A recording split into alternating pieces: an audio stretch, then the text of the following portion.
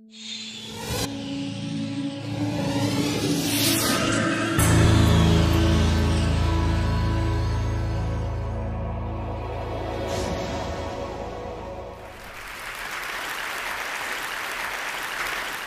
a savant, or more precisely, a high-functioning autistic savant.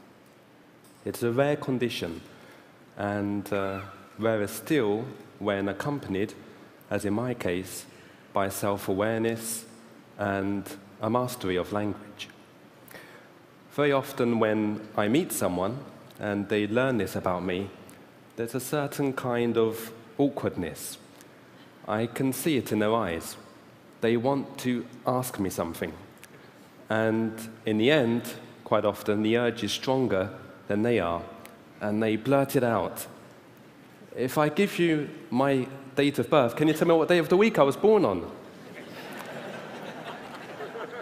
Or they mention cube roots, or ask me to recite a long number or a long text. I hope you'll forgive me if I don't perform a kind of one-man savant show for you today.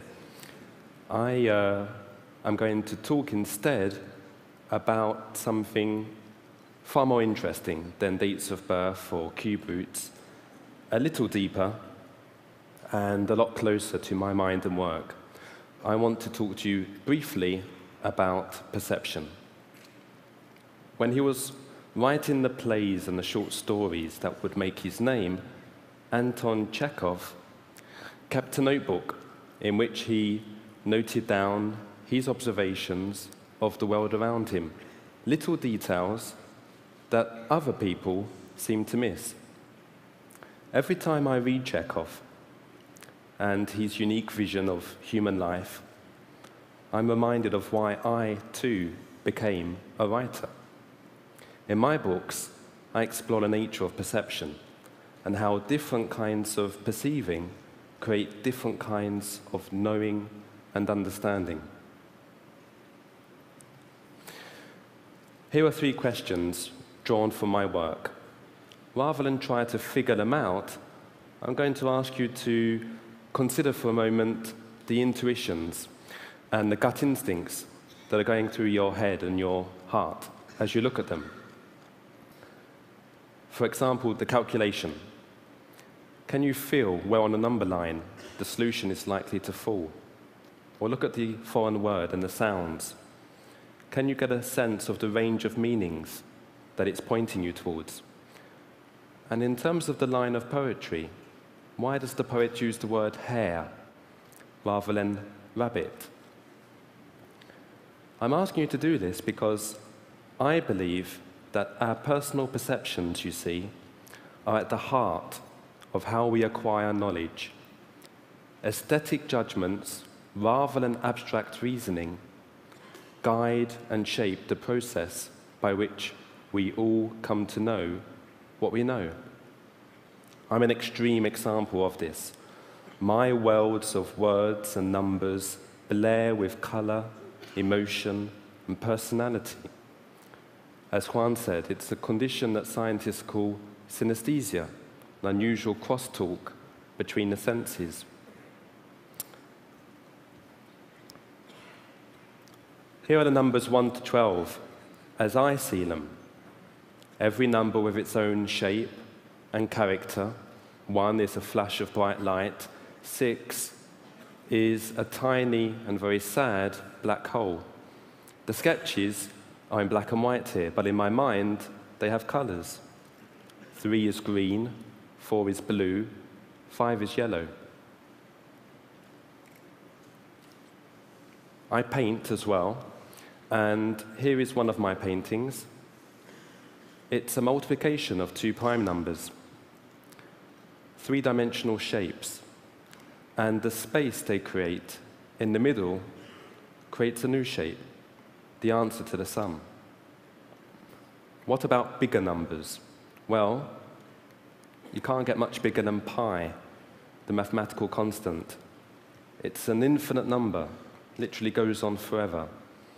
In this painting that I made of the first 20 decimals of pi, I take the colors and the emotions and the textures, and I pull them all together into a kind of rolling numerical landscape. But it's not only numbers that I see in colors. Words too, for me, have colors and emotions and textures. And this is an opening phrase from the novel Lolita. And Nabokov was himself synesthetic.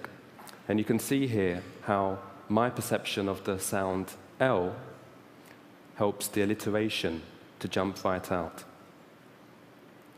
Another example, a little bit more mathematical, and I wonder if some of you will notice the construction of the sentence from The Great Gatsby. There is a procession of syllables. Wheat, 1. Prairies, 2. Lost Swede towns, 3. 1, 2, 3. And this effect is very pleasant on the mind, and it helps the sentence to feel right. Let's go back to the questions I posed you a moment ago. 64 multiplied by 75. If some of you play chess, you'll know that 64 is a square number.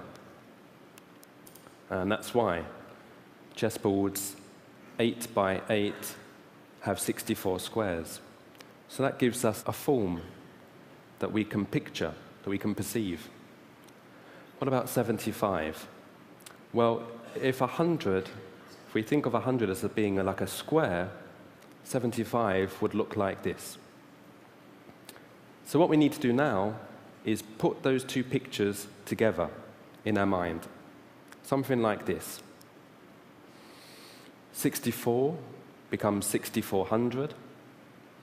And in the right-hand corner, you don't have to calculate anything. 4 across, 4 up and down, it's 16. So what the sum is actually asking you to do is 16, 16, 16. That's a lot easier than the way that the school taught you to do maths, I'm sure. It's 16, 16, 16, 48, 4800. 4,800, the answer to the sum. Easier when you know how. The second question was an Icelandic word. I'm assuming there are not many people here who speak Icelandic. So let me narrow the choices down to 2. Hnugin. Is it a happy word or a sad word? What do you say? Happy. Okay. Some people say it's happy. Most people, a majority of people, say sad. And it actually means sad. Why do, statistically, a majority of people say that a word is sad in this case, heavy in other cases? In my theory, language evolves in such a way that sounds match, correspond with the subjective, with the personal, intuitive experience of the listener. Let's have a look at the third question. It's a line from a poem by John Keats. Words, like numbers, express fundamental relationships between objects and events and forces that constitute our world. It stands to reason that we, existing in this world, should, in the course of our lives, absorb intuitively those relationships. And poets, like other artists, play with those intuitive understandings. In the case of hair, it's an ambiguous sound in English. It can also mean the fibers that grow from our head. And if we think of that, let me put the picture up. The fibers represent vulnerability. They yield to the slightest movement or motion or emotion. So what you have is an atmosphere of vulnerability and tension. The hair itself, the animal, not a cat, not a dog, a hare. Why a hare? Because think of the picture, not the word, the picture. The overlong ears, the overlarge feet helps us to picture, to feel intuitively what it means to limp and to tremble. So in these few minutes, I hope I've been able to share a little bit of my vision of things and to show you that words can have colors and emotions, numbers, shapes and personalities. The world is richer, vaster than it too often seems to be. I hope that I've given you the desire to learn to see the world with new eyes. Thank you.